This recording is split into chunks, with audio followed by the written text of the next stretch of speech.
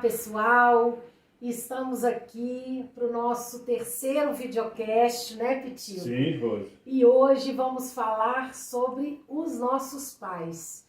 Meus pais envelheceram, e agora? E agora? Primeiro é importante a gente mudar a nossa percepção, a nossa consciência no sentido de que nós todos vamos envelhecer. É o que nós falamos no videocast passado. E nossos pais, naturalmente, já um pouco mais à nossa frente no tempo, envelheceram, digamos assim, primeiro que a gente. Agora, o desafio, né, Rose, né, pessoal, é exatamente esse cuidado, essa atenção, esse saber cuidar dos nossos pais. E claro, né, Rose, dependendo da situação de saúde, uma coisa é você cuidar de uma pessoa idosa com autonomia, com independência, né? As faculdades mentais não estão prejudicadas, a locomoção, a cognição, memória, pensamento, linguagem estão intactas. Agora, outra coisa completamente diferente é exatamente cuidar de um nosso familiar, de uma pessoa idosa, nosso pai, mãe, tia, avó, enfim, alguém do nosso contexto familiar, com esse diagnóstico, por exemplo, que hoje está aí sendo muito colocado, né, e a gente precisa se informar, por exemplo, da demência do tipo de Alzheimer, né? Eu acho que aqui, né, Rose, cabe um pouco dividir com vocês esse cuidado pessoal que nós tivemos com os nossos familiares em relação à demência de Alzheimer e também ao delírio, né, que foram situações que nós vivenciamos. Então a gente sabe que é difícil, a gente precisa falar cada vez mais, nos orientarmos sobre isso, nos prepararmos emocionalmente também até um certo ponto, porque o estresse não é fácil, né, Rose? Eu acho que você poderia comentar um pouco, e a gente vai falando por aqui também, essa sua experiência pessoal, como eu também.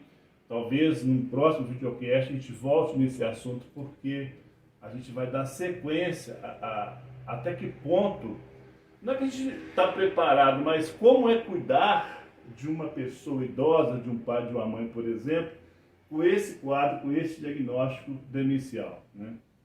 Diga lá, Rose. Na verdade, Pitico, só voltando um pouquinho, é preciso que a gente compreenda que as velhices são diversas. Primeira coisa. São diferentes. Né? Quando a gente fala em envelhecimento, não envelhece todo mundo do mesmo jeito. Pelo contrário, nós somos seres únicos. Cada ser humano tem suas características, suas individualidades, como o Pitico gosta muito de usar essa palavra, suas idiosincrasias. Sim, é verdade. Então, na verdade, não tem um envelhecimento, né? É o envelhecimento humano, só que cada pessoa envelhece de uma forma. Então, o Pitico falando me fez lembrar de uma fala que eu ouvi dos meus filhos quando disseram para mim, não tem muito tempo, deve ter uns 3, 4 anos. Mãe, quando eu vi você começando a usar óculos, ali eu percebi que você estava ficando velha. E isso me chamou a atenção, porque na verdade, como a gente disse, né, no videocast anterior, a gente envelhece todos os dias. Uhum. E algumas coisas vão mudando em nós, fisicamente, emocionalmente, mentalmente. Agora, vou só te interromper, tem uma coisa que geralmente quem fala que a gente está velho é o outro, né? É o filho, é um amigo. Sim. Essa conscientização pessoal, subjetiva em nós, a gente esconde, né? A gente Aí o outro também... fala, você tá careca, você tá barrigudo, você tá lento no futebol, coisas assim. Sim, a gente também precisa, né, lidar com isso com naturalidade.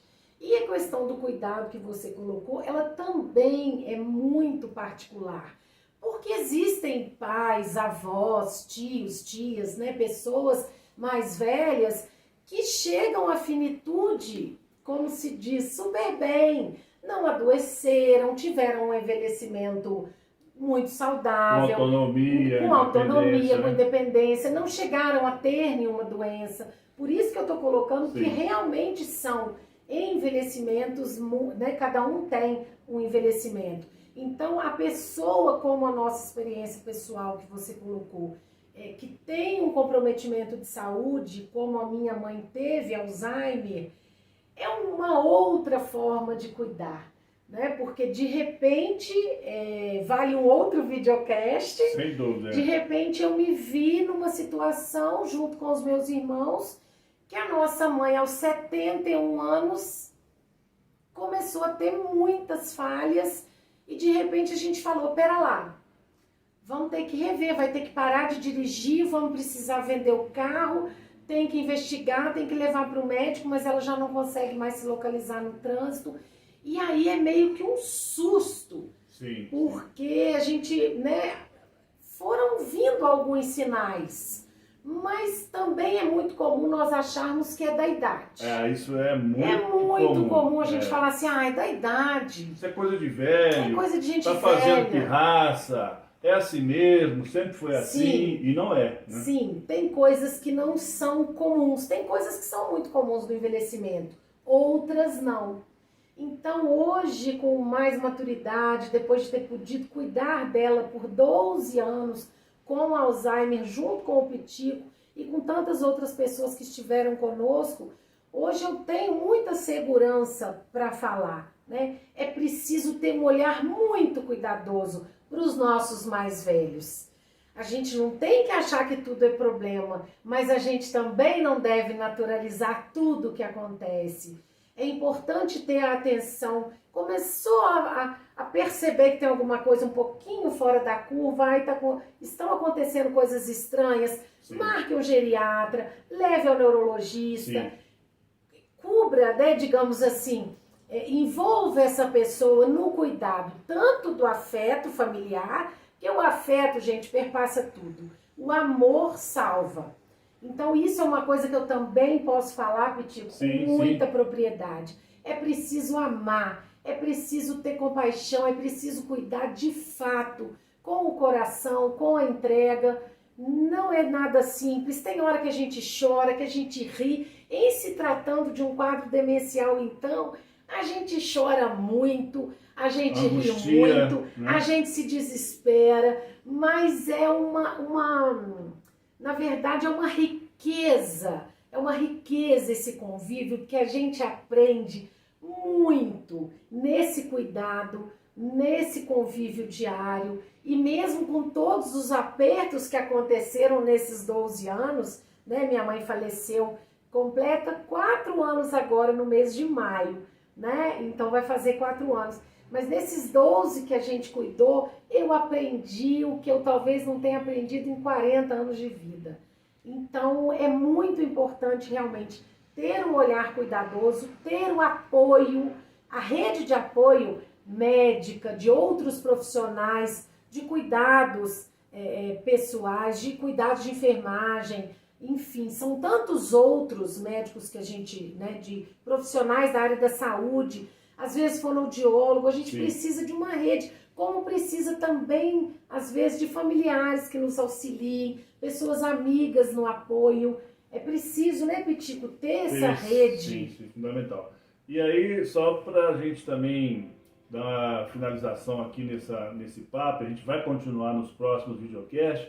Acho que é legal deixar caracterizado aqui, né, Rose, o que a literatura fala do que é fisiológico do envelhecimento e o que é patológico. Sim. O que é natural no sentido do nosso envelhecimento, de perdas funcionais que podem ser compensadas, você tem uma visão diminuída, mas aí você tem né, a questão do óculos e do comportamento mental, se isso coloca em risco a segurança, a vida da própria pessoa, da pessoa idosa, dos cuidadores, aí precisa realmente de ter uma urgência, de ter essa intervenção geriátrica com um médico ou médico geriatra, e aí esse profissional vai coordenar esse cuidado, e nós, cuidadores familiares, precisamos nos prepararmos, reconhecermos as nossas limitações. É muito comum, né, Rosa, a gente vivenciar a culpa nesse processo, então é sim uma lição, um momento de grande aprendizagem humana para nós ter essa situação de cuidar dos nossos familiares. Pessoal, a gente fica por aqui, vamos dar sequência nos próximos videocasts, que é sobre a nossa longevidade ou longevidades, e aí a Rose finaliza, por gentileza, com vocês aí. Muita gratidão a todos vocês. Compartilhem esse vídeo, curtam, comentem, deem sugestões. Para nós é muito importante a opinião e a participação de cada um de vocês. Muito obrigada e até semana que vem. Até lá, pessoal. Obrigado.